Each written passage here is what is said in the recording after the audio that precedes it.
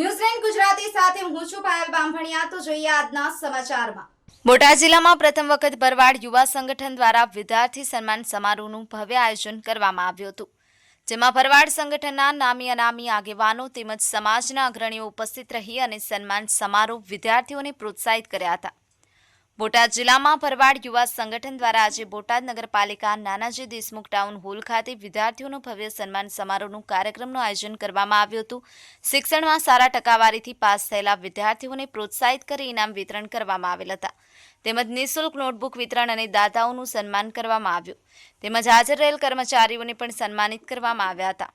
ભરવાડ યુવા સંગઠન સન્માન સમારોહ કાર્યક્રમમાં ઉપસ્થિત બોટાદના ડીવાયએસપી મનીષાબેન રબારીએ જણાવેલ કે પ્રથમ તો સમાજે પહેલા શિક્ષણને પ્રાધાન્ય આપી શિક્ષણ તરફ આગળ વધવું જોઈએ અને વાદ વિવાદ મૂકી શિક્ષણને પ્રાધાન્ય આપવું, જેથી કરી અને આગામી દિવસોમાં શિક્ષણ ક્ષેત્રે આપણી એક આગવી ઓળખ ઊભી થવી જોઈએ।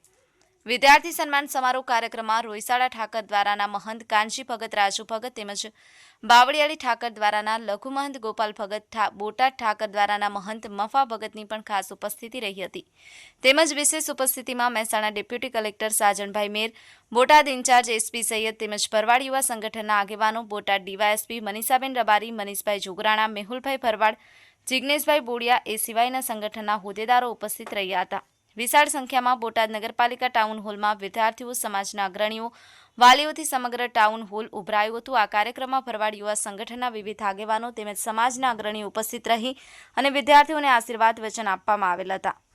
ન્યૂઝ9 ગુજરાતી, બોટાદ।